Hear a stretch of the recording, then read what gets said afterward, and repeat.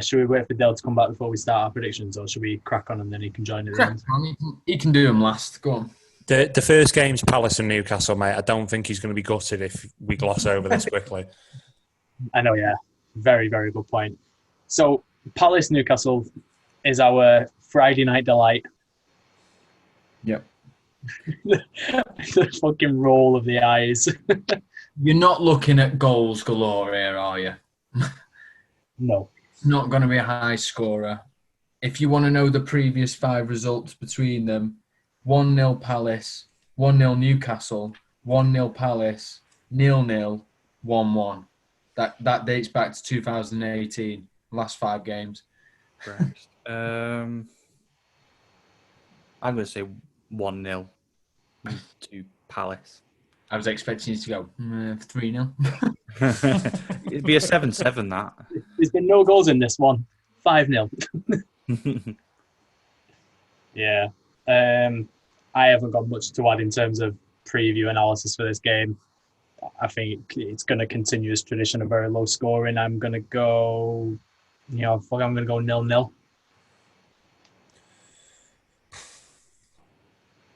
And I will not, even if I'm scheduled to, because I'm unavailable. Yeah, it's Callum Wilson back for Newcastle. I think he might be. Because they don't seem to score if he's not in the team. So. No. But like I say, like you've already said, it's very low scoring affair, this fixture anyway. But I think Palace probably will create more of the chances, so I'll probably go them. They'll nick it 1-0, I reckon. Yeah, I'm going to say the same. 1-0, Crystal Palace. You could have prime fucking shiny card Alan Shearer back for Newcastle and it would still probably be fucking 0-0. So I'm going to say 0-0. What was that? Hello. Nice, didn't you? Did somebody... my wallet's in my car. Can't get it out. I mean, Harry Kane shit. No, my eyes perked up at the shiny Alan Shearer card. We know. Why don't you tell the listeners about that and what that's all about? I've done it before, haven't I? Yeah, they already know. You've done it before, and then I said, why have you got a picture of a man in your wallet? And then Danny had to bring it down to nonces again. And there it is. A weekly occurrence. The word nonce. Listen, right, I've got a reputation to uphold. It's got to slip in at some point. That's what he said. Choose them words wisely. Brighton Liverpool is our early Saturday morning. The early kickoff. As Gandhi once said, don't back the early kickoff. I will be back in the early kickoff on this one. I'm going 4-0 Liverpool. 4-0. Ooh. I like how you never react, Danny. You're always quite like level-headed with things. Like you'd never react to something that just happened. No. I think Leicester are going to absolutely hammer Liverpool. Liverpool win 3-0. I think 4-0 Liverpool. I saw what I saw. I still think Brighton are shit. Yeah, I think that even I might put my biases aside here and say that Liverpool will probably beat them 2-0. I know Brighton are off the back of a good result, but they are probably a bit shit, aren't they? So, yeah.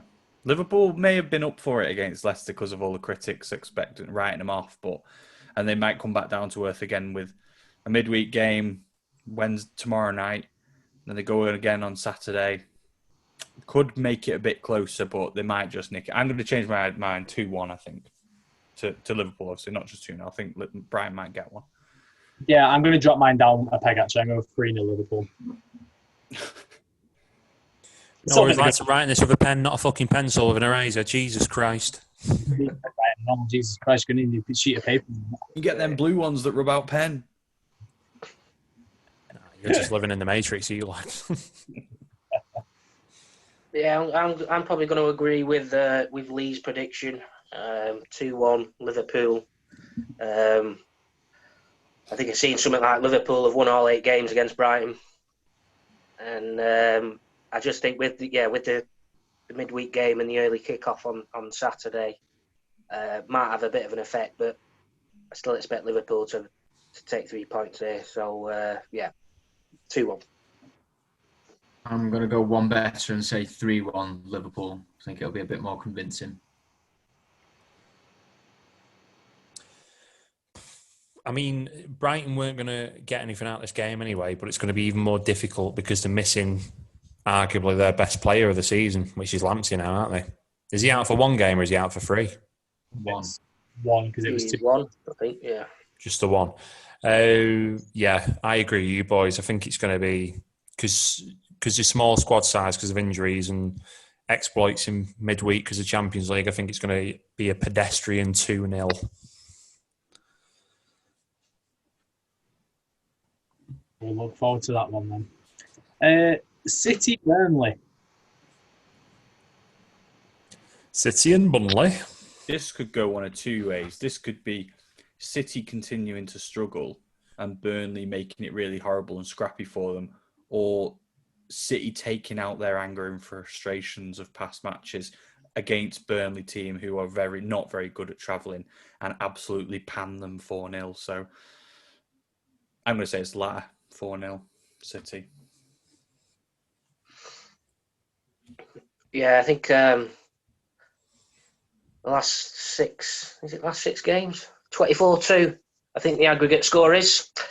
And the last 3 home games have been 5-0, 5-0 and 5-0. So I might go one better than Lee and go 5-0. That's to say, this is traditionally a City hammering. Yeah. Not looking at a traditional City team at the moment, though.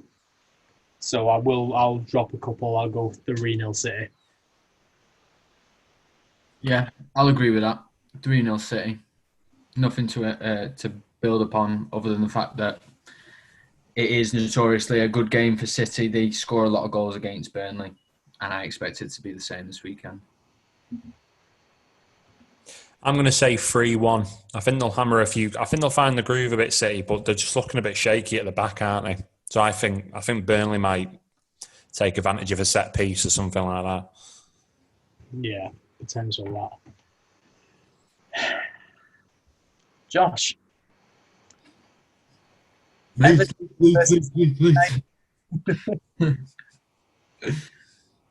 be a difficult game for us. Tricky one, this. It is a tricky one. It'd be a good game, I think. If it's the Everton from the first half against Fulham and, the free-flowing attacking football that we expect from Leeds, there could be a lot of goals in this game. Both defences are shit. I'd be disappointed if we didn't take 3 points from them, though. I would, because they're newly promoted.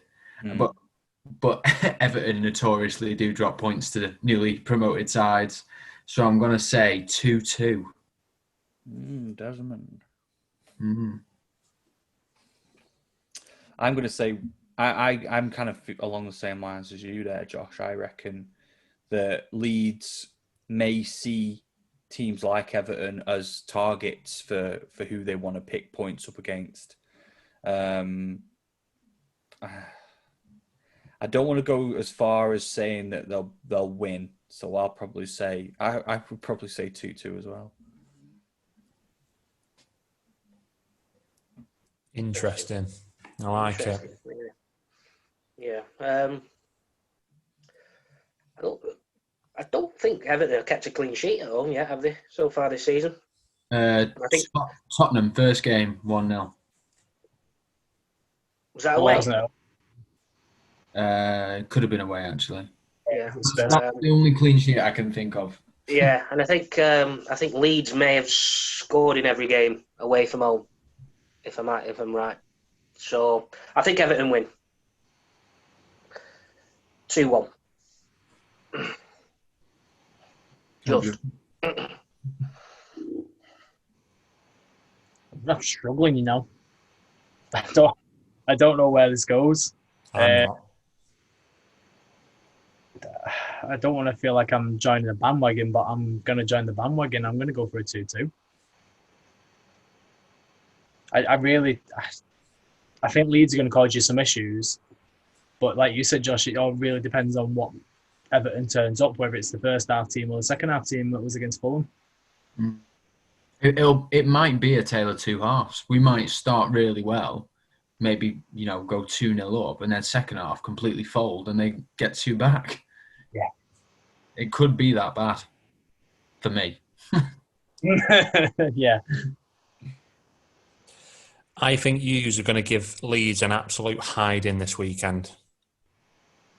I think they're going to try and pick up the game in the middle of the park. I think they're going to try and press you, and I think you're just going to hit them with speed. Now that you've got a full-strength team back pretty much, I think Richarlison is going to just cause madness down that left-hand side. I think Calvert-Lewin is just going to bully centre-backs. Because the big thing for me is how poor Leeds have been at the back. And I think a striker like Calvert-Lewin is going to thrive against Leeds centre-backs. I think he's going to be well in his element. I could see him picking up a couple. I could see Richarlison getting one. I'm going to say 4-1 Everton. Ooh. Wow. Expecting that. You know what we didn't touch upon Richarlison's impact when we were doing the match overview, but we've said it for a couple of weeks now, just how much of an impact he has in that Everton squad and how much he torments defensive back lines, and he showed that first half against Fulham. But I do think he was tired from international duty. I think a lot of our South Americans were, and that was reflected in our second half performance. We just completely, the attacking play wasn't there anymore. And we looked nervous, didn't we? It could have on another day, it could have quite easily have gone 4-3 to them, really. Yeah. You just got to think of the matchups in players like Decore and Alan are not going to be overrun by what is a very hard-working Leeds midfield. They're going to relish that challenge. And that is going to allow your creative players to just have a go at that back four. And when you're talking about Richarlison, obviously you've got James Rodriguez who can pick a pass out of a bleeding lineup, do you know what I mean? And Calvert-Lewin, who's just got so many strengths. I mean, you think you've seen a good game from Calvert-Lewin and then he'll show you something else. You think, he's just a big, tall striker who's strong in the air. And then he'll show you how good he is with the ball at his feet. And then he'll add something else to his game and add something else to his game. He just seems to be...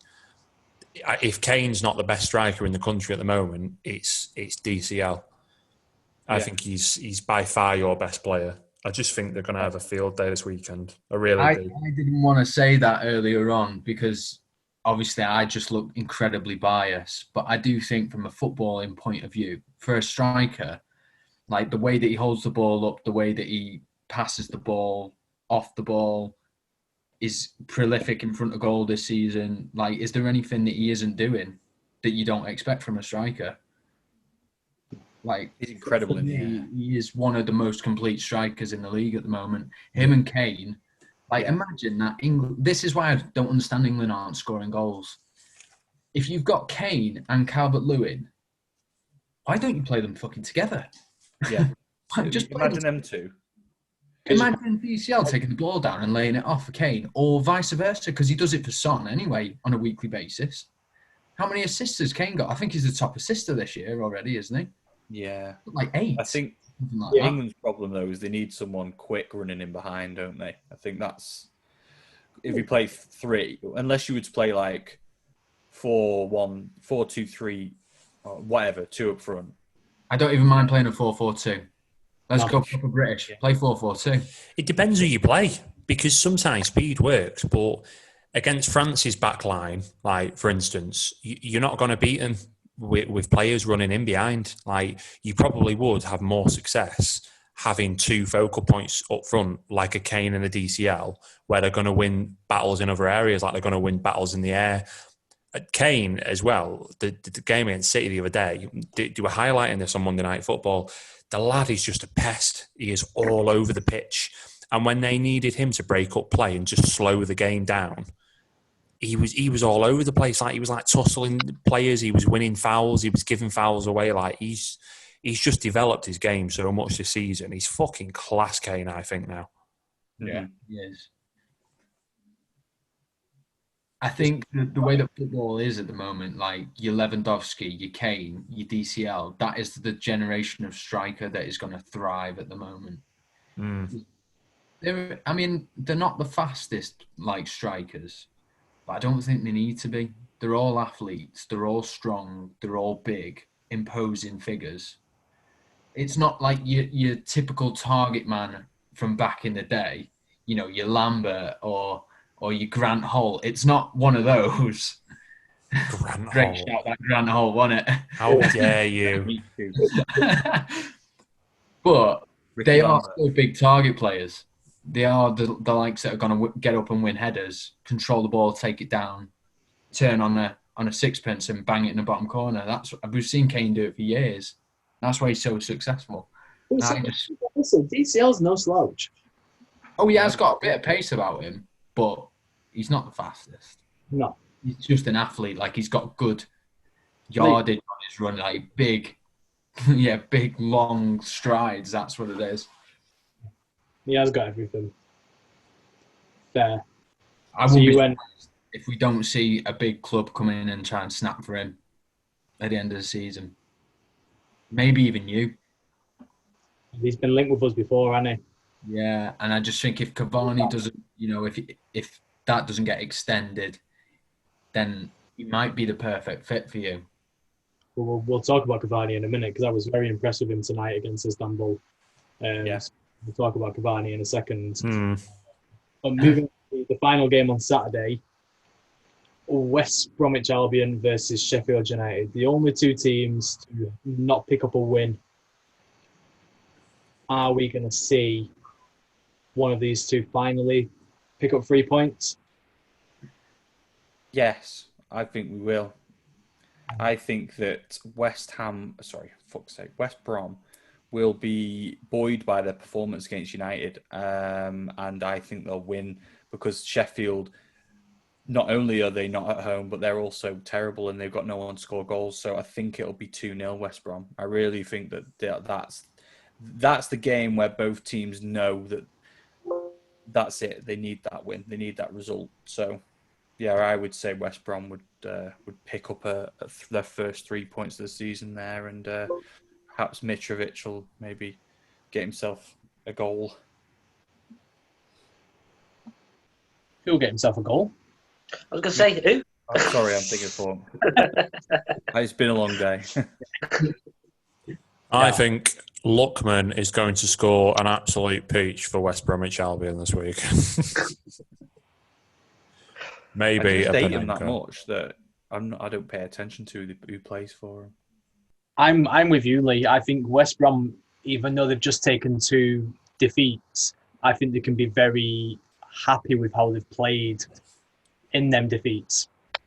The Spurs one, they really caused Spurs a lot of trouble, and us even more so. I mean, we've not really spoken about the penalty decisions in that game with us against West Brom. I know we have very different opinions on whether which one should have been a penalty and which one shouldn't. I think West Brom can count themselves a little bit unlucky, if I'm being honest. On another day, that penalty doesn't get overturned, and if they get that penalty, Christ almighty, we would have been in some serious trouble. And not only that, I think they made a couple of other chances against us. I think Sheffield are fucked, boys. I think Sheffield are absolutely fucked. And if they don't win this game, which I'm in agreement with Lee, I don't think they are going to win this game. I think West Brom are going to win 2-1. That'll be 1 point from 10 games for Sheffield. That is prime Derby County. You can basically write them off now as far as I'm concerned. They are going down. Yeah.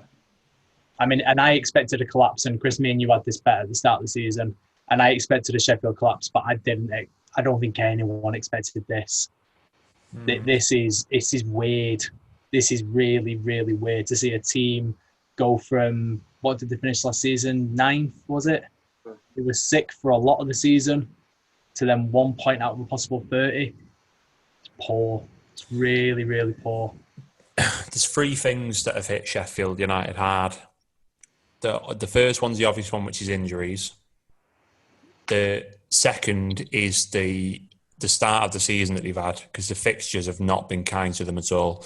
And you said something a couple of weeks ago, which I didn't really pay much attention to, and I should have, which is he'll not win that. Even if you are losing games to your Uniteds and your Cities and your Liverpools, it is going to knock the stuffing out of you, just losing game after game after game. And the other one is, more than any other team, and we've said this time and time again, they are missing crowds.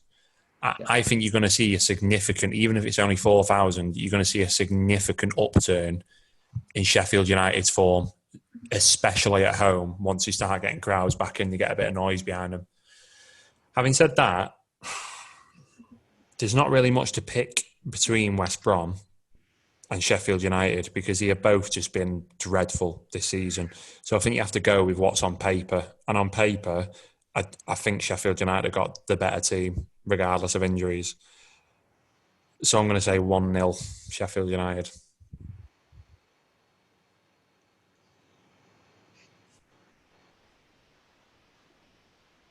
How to kill a podcast.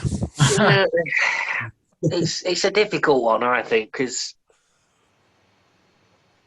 I just think it's going to be a really ugly game. It's just there's going to be no attacking flair. You know, it's going to be quite.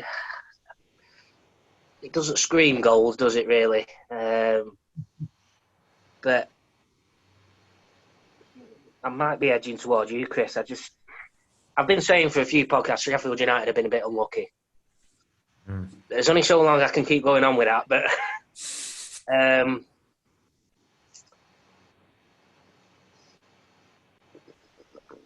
yeah. Have you not think West Brom have been unlucky though, Dale? 1-0 to Yeah. two very good clubs recently, haven't they? In Tottenham and you, like 3-3 against Chelsea.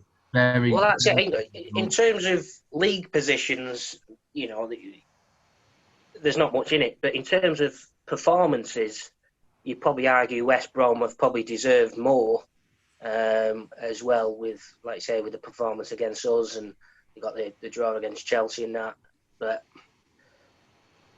I'm gonna stick with I'm gonna go with Chris. I'm gonna go 1-0 Sheffield United. Are we waiting on now? Have you done yours, Lee? Yeah. Waiting on you, La. So I'm gonna say one each. They're both as shit as one another, but they've both equally been as unlucky as one another. They're very similar clubs, both gritty, lots of hard-working players, but just with no class, unfortunately. Yeah.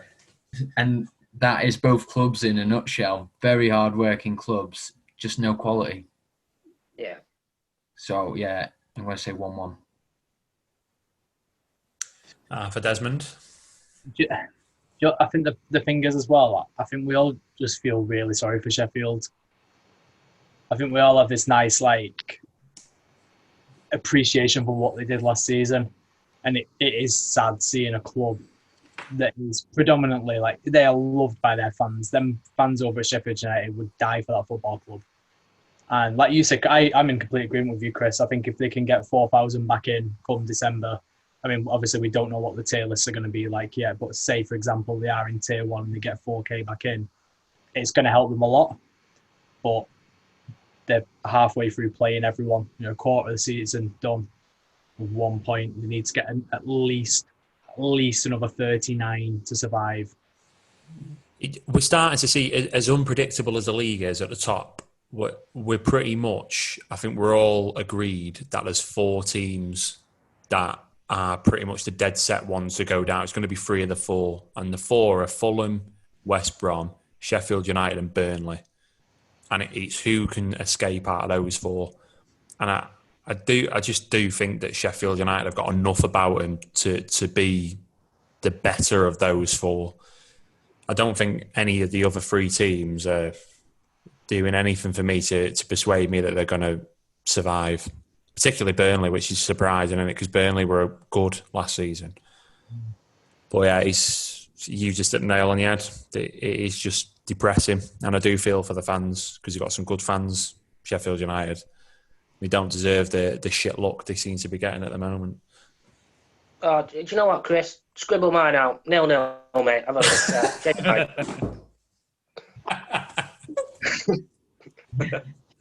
You made him wait too long. He lost his head. You saying all that. I'm just thinking to myself, 1-0, really? Have I just said that? Yeah. Scribble it out. 0-0, mate. 0-0. Okay. Brilliant. You can't make it up. That'll be a top of the table championship class next year. That will. Yeah, it will be. Probably. I don't think it will. I think both teams will be struggling in the lower playoff positions. Well, yeah. I think it's difficult for a team to bounce back instantly in that championship with the amount of fixtures that they've got. And it's just a completely different pace to the Premier League. So I think you won't see either of those two clubs coming back into the Premier League for the next 2 or 3 years. You say Norwich. that, but Bournemouth and Norwich are pushing, aren't they? Aren't Norwich back at the top of the table again? Norwich are first and Bournemouth for second. And Watford are fifth. You've not proved me wrong till the end of the season. Moving into Sunday, boys, we've got a special mention for Manondale's hometown club, Stockport County, in the FA Cup second round. In a very long time, I'll be honest, in a very winnable tie against Yeovil Town. Do we think that Michelle Keegan will go and watch them? Oh, she can't, can she? No, if it was next week, she could. Nah. Yeah, just throwing this one out there. Up the Hatters. I hope they do it. They're going to be struggling because they were hit with COVID. They've not played for 2 weeks. So fitness could be an issue. But yeah, big round of the FA Cup, especially for the smaller teams. And then all those boys get drawn into it next round. So it should be interesting. We'd love a cup run. We'd love County to get drawn against United. Oh, that's a winnable game. Very true. The way United are playing. Moving to United, boys, we are the 2:00 kickoff on Sunday against Southampton away. That's a tough game, that is. Tough The one. way they're playing at the minute. Yeah, boys, 3 fantastic games on this Sunday. They will be fully backing themselves against us.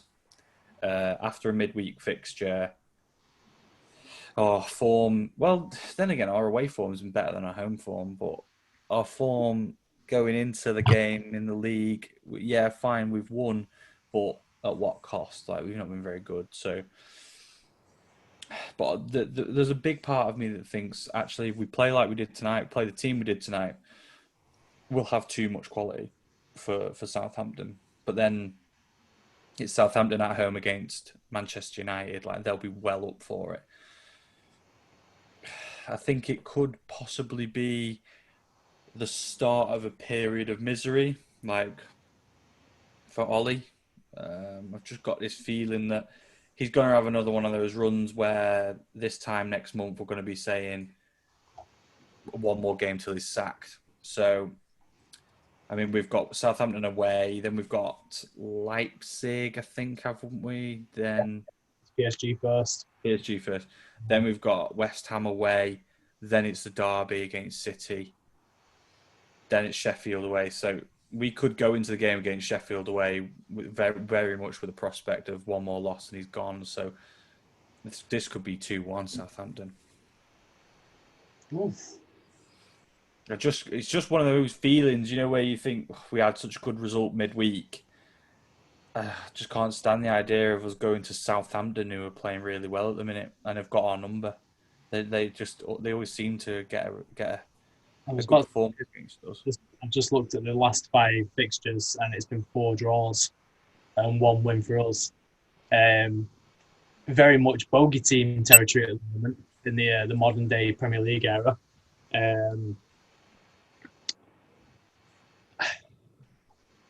I'd love to give a flexible prediction on what team Solskjaer puts out, because I think if we put out the team that we put out tonight, and we said we're going to talk about him, I think Cavani tonight, when you were speaking about DCL earlier, is making the team tick.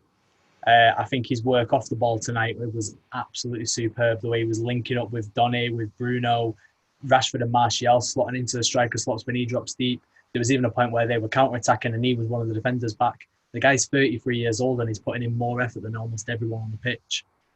I mean, it's got to be applauded. I don't think Ollie has an excuse to change his team. We've played Tuesday night. He made the excuse the other week, didn't he, where he said, everyone's out for us to fail because we played Wednesday night and then early Saturday morning. Well, that excuse isn't there this week. We've played Tuesday night and we're playing Sunday.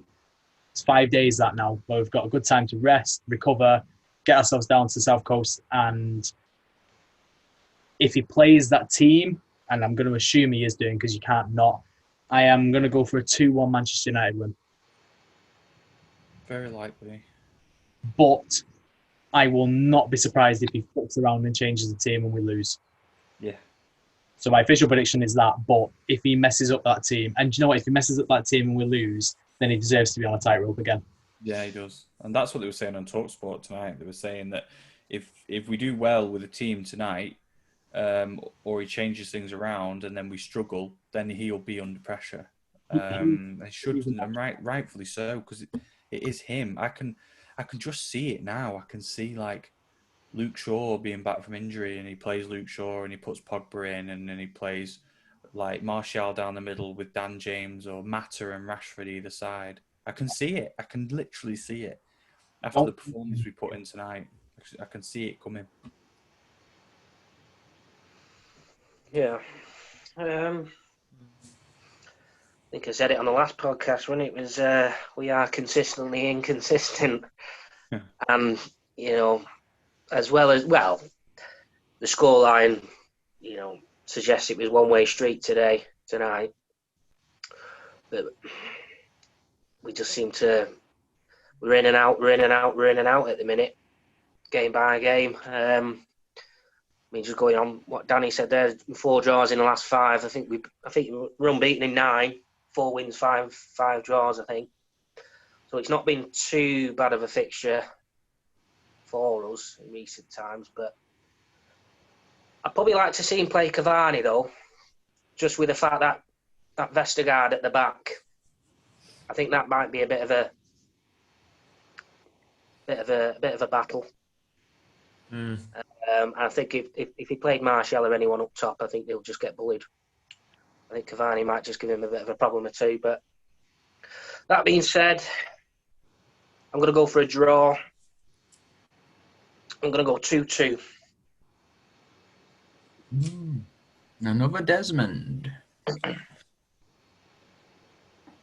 Go on, Josh. My gut instinct was telling me that United are going to win 2-0.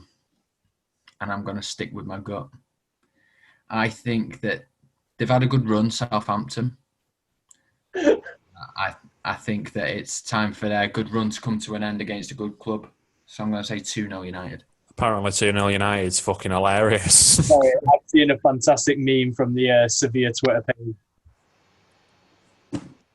The fucking what? Yeah, you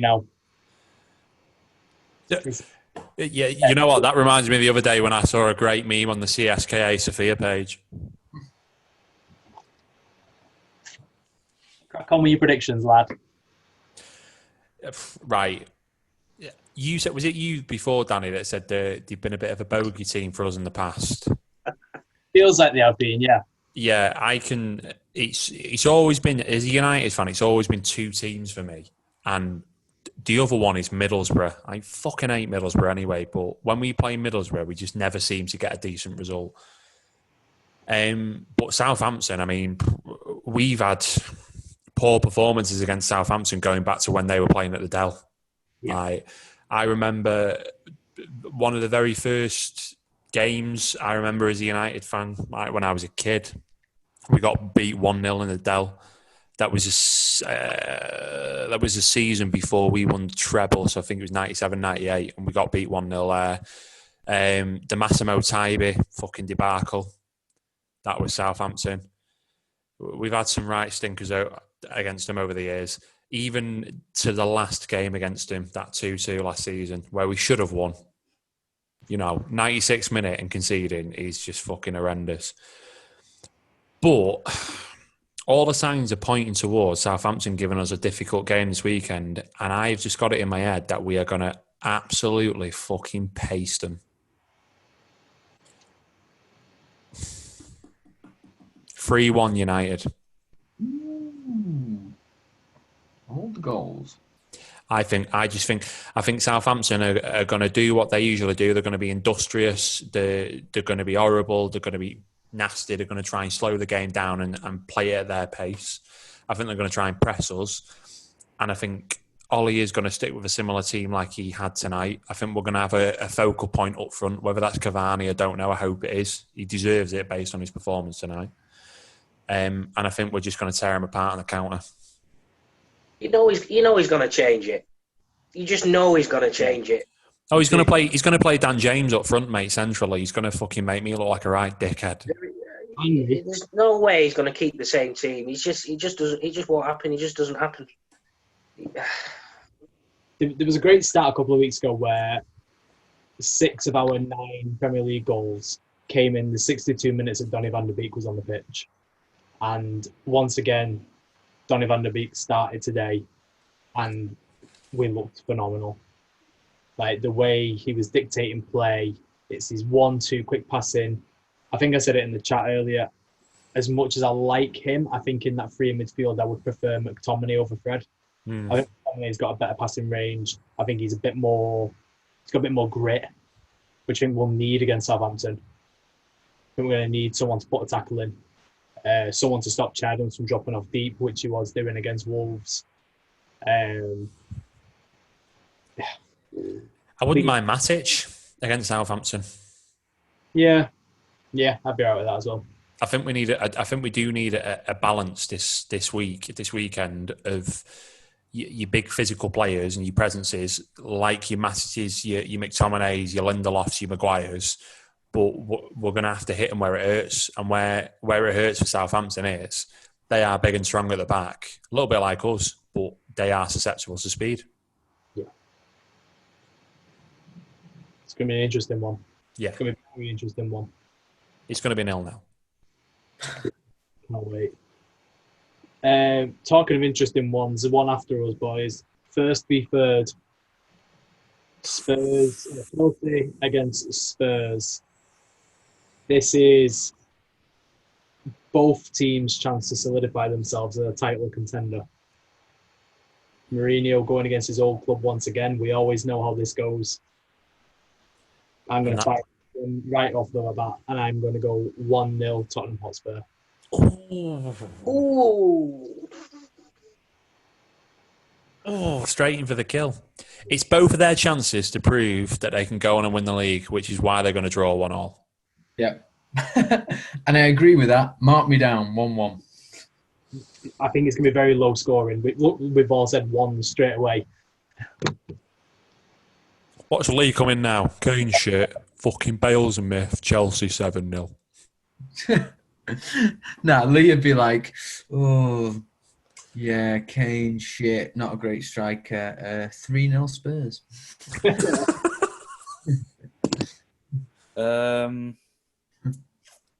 0-0. Sound, Dale? I'm going 2-1. 2-1 Chelsea. Ooh. The Ben differential. is going to find me news. Yeah. The Spurs just don't win this fixture. I think they've had like 1 win. You got a point, they don't. They just don't win this fixture, and the one they did was a couple of years ago. Was it 3-1? I think that might. No, I think it might was a bit early, a bit later than that. But yeah, I think they won it 3-1. But other than that, it's usually been sort of Chelsea's fixture. Home or away, to be honest. But I must admit, wasn't this fixture last season the one that Chelsea won 2-0? Or is it 2-1? Yeah, 2-0, I think. Was it? And it was looking a bit ropey for Frank at the time. And I remember listening to it, and I watched the highlights like that, but I was in the car, I was on the way to training in Manchester. I remember listening to it on the radio and thinking, Frank's just got Jose's number here. And I mean, they're kind of in similar situations now. Like, Frank's still got a lot to prove. Jose seems to be the one that's coming into the game. As crazy as it sounds, rather, like Chelsea are in great form at the moment, but Spurs seem to be the favourite going in, don't they, even though they're away from home. But I just think you might have persuaded me otherwise, Dale. Do it, lad. Do it. No, I'm going to be loyal to myself. Listen, if I listened to you, I would have fucking said Leicester 4-1 last weekend. You know fuck all. What we got here then? 3 draws and then a win. Yeah. I tell you what, boys, if we thought the City Spurs game was grim, this one's going to be even worse. Yeah, be cagey as fuck. Yeah. The only thing we've got going for it is it's going to be a derby as well. There's traditionally a card or two in these fixtures. I'll always remember the one of the favourite ones is when I was watching in Barcelona when it was where Leicester got handed the league, where Hazard did nothing for a year and then finally scored a screamer. Yeah. What a great game that was. Yeah, it was. Kickoff after kickoff after kickoff. It's phenomenal. I think it'll be a better game than the City game just for the fact I think it'll be more fiery. I think there's going to be a lot more emotion involved. Master versus student. It is a big one this weekend. They both know this is huge, This is the biggest game apart from the Champions League final a few years ago, this is their biggest game in recent history. Like, this is where they can push on. And then when they play Liverpool in a couple of weeks' time, it just seems for Spurs they've got big game after big game. The only thing that they will have against them is that they've got a trip on Thursday, I believe. They're playing in Europa League, isn't it?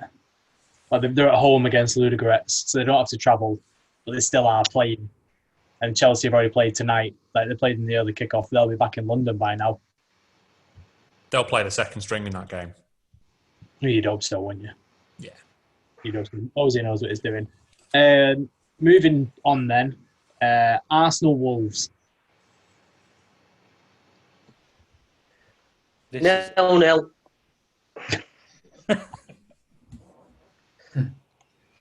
Well, Arsenal can't score, and Wolves, like I said earlier, notoriously sort of slow starters in games. I think they should have Conor Cody back anyway, I think, as well, so that would solidify that sort of defence at the back. But as much as Arsenal, aren't scoring goals, they're not really conceding too many either. Bar that odd blip against Villa, I think it was. I'm going for a boring 0-0. I'll agree with that. I like that shout. 1-0 Wolves. If there's ever a game where you put a tenner on both teams to be drawing at half time and Wolves to go on to win, this is the game. Yeah, I kind of think that Arsenal will be reeling still from getting absolutely drilled by Leeds and not managing to lose all 3 points. And I think that Wolves probably do the same to them. They'll watch the tapes from the Leeds game. They'll think that could be us. So we're the spicy Leeds. So let's go one better and get a 2-0 win. 2-0, a Wolverhampton Wanderers. Yeah, I'm with Lee. I think I'm going to go 2-1 Wolves. I think Arsenal finally find the net. I don't know how it's going to happen, but I think they will. Probably goal. from a corner or something, just to rub salt in the wounds. But I think Wolves are going to have too much for them. I think Arsenal are really poor, really, really poor. I think pressure's going to start mounting on Arteta very soon because they need results and they need not even results, they need performances. They not only getting results, they look shit. Yeah. Do you say 2-1 as well, Lee? Yeah.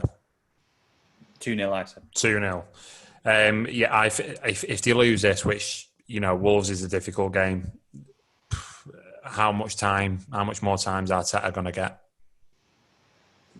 I reckon he gets another transfer window. Yeah, probably will.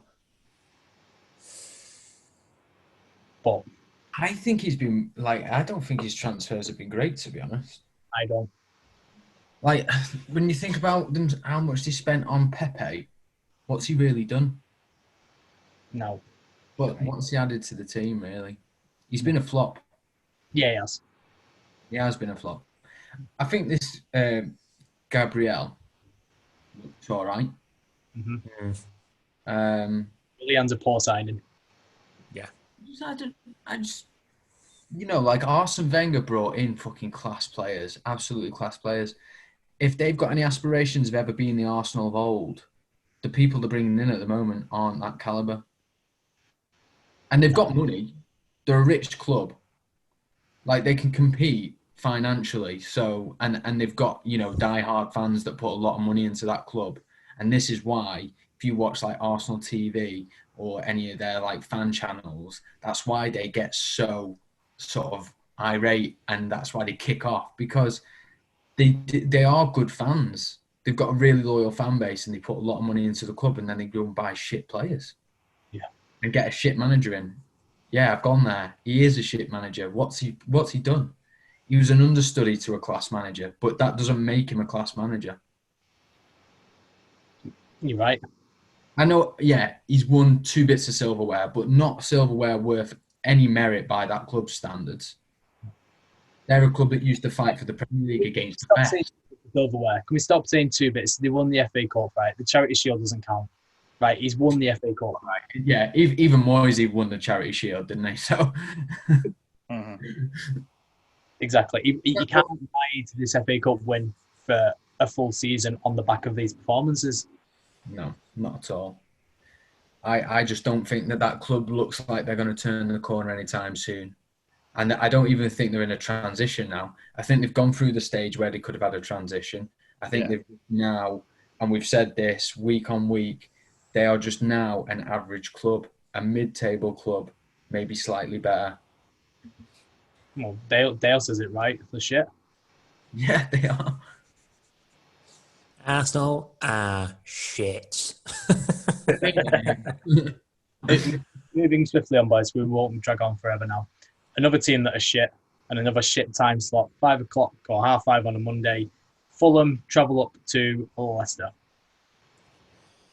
That'll be Leicester's bounce back. That I'm expecting them to drill Fulham. Triple captain Vardy incoming. yeah. I've already weighed him up, putting him in my team. Oh, lads, I'm playing my fucking free hit here with Leicester and the City players. Right? They're going to get goals galore here coming in. Yeah. 1-0 incoming, and he fucking starts Iniacho up front. 1-0 Fulham, Ademola Lookman pen. Gets it right. Yeah. Leicester are drilling Fulham here. This could be embarrassing.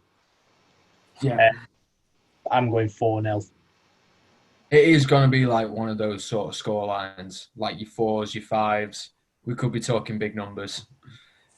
Vardy's going to be rubbing his hands together for this fixture, thinking I'm expecting at least a hat-trick here. Yeah. Because they've also come out of the result against you as buoyant because that second half. When they went forward at times against you on Sunday, they looked half decent. Yeah. Take that, and if they start the players that they were playing, they'll break out a bit more, which is just going to leave Vardy even more room. Yeah, and I don't think they've actually got that faster defence, Fulham. I didn't see anybody with like any blistering pace. So I worry about them against Vardy. He's going to break through like at least 4 or 5 occasions in that game. What about Anthony Johnson? The worst spelling of a name I've ever fucking seen. That's Americans for you, mate. American Scousers for you. Just Google it. Just Google how to spell Anthony. If you really want to call your kid Anthony, just Google the spelling of Anthony. Don't just fucking sound it out. Anthony. Yeah, that'll do. Fucking hell, man. It wound me up. Like, for a good 10 minutes, I was thinking about that during that game of the weekend. For a good 10 minutes. They missed the penalty. I saw the name come up, and I just thought, This is pissing me off more than it should. This. Am I the only one? Oh my god. 4-2. I'm saying. I think Fulham will grab a couple because they do look decent going forward at times, and I reckon they could hurt Leicester maybe on a counter or two. I think it's going to be high scoring. I don't think there's going to be much defending going on. So 4-2, I'll say. Leicester are going to play 7 defenders, mate. Yeah. No, I think Leicester will make amends after that shocker at the weekend. So Yeah. I'm going to say 3-0. I'm going down the same line as Dale. I think that it'd probably be 3-0 as well, actually, to Leicester. I think they're going to pan them. I'm going to say 4-0. I'm the only one giving Fulham goals. All right. I'm going to say a brace for Vardy and a brace for Barnes. Yes, I like Harvey Barnes. Yeah. He's got they're missing Castagna. They're really missing Castagna. He came in and really gave something to their attack. And since he's been injured, they haven't looked on it yet. Again, they're still missing a lot of players, though, aren't they? Yeah. We should really praise them for how well they've done, even with all the injuries. All first teamers that they've had out. So fair play, but you still fucked up against Liverpool. So cheers, lads. Thank you. Thank you, Brendan Rodgers. And then our final one of the weekend, boys, Monday Night Football, West Ham, Aston Villa. Any team that plays in claret and blue should be relegated as far as I'm concerned. So, couldn't give a fuck. 2-2. Old Desmond. I think it's a tricky one, this one. So do I. Very tricky indeed. Why do you think I've gone for 2-2? How much will Villa miss Barkley? They did at the weekend against Brighton. Yeah. Tough one. I might edge towards West Ham.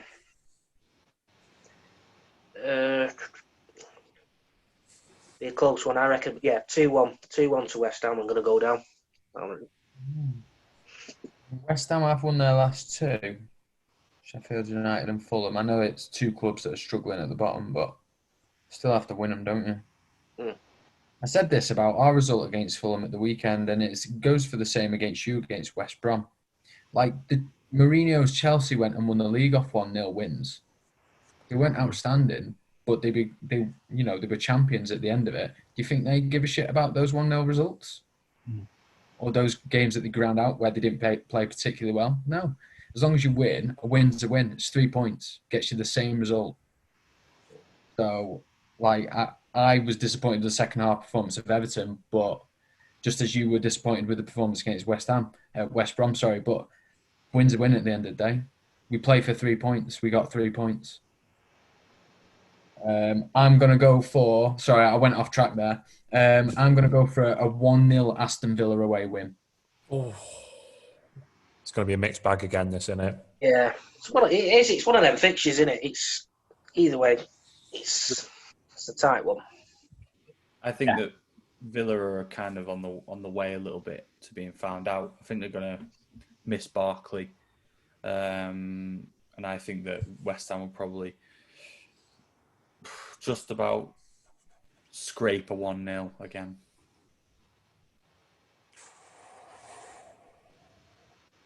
I don't think West Ham can cope with Ollie Watkins. I don't think there's been a better time for West Ham to lose Antonio, because you've had apart from Liverpool, they've had a favourable run of games, haven't they? It's not really hurt them. But having said that, Villa have lost Barkley, and that's going to be a big loss for them. I just don't know where they got Allaire just came out of the blue the other day. Apart from that was destined to be a 0-0. West Ham and Sheffield United. And Villa just looked... I think Villa only scored a goal because it was Brighton. I think it's going to be a 0-0. I just don't know where the goals are coming from for either side. And that sounds crazy, that, don't it? Because you've got Watkins, you've got Grealish, and I think West Ham, apart from Antonio, I think that Bowen is a great buy for them. What a transfer he's been. Yeah, he's a good player. But I just think they're going to cancel each other out. I think they're going to be like, it's Monday night, can't be arsed. Let's just get this one out of the way and we'll move on to next week. So 0-0, I'll say.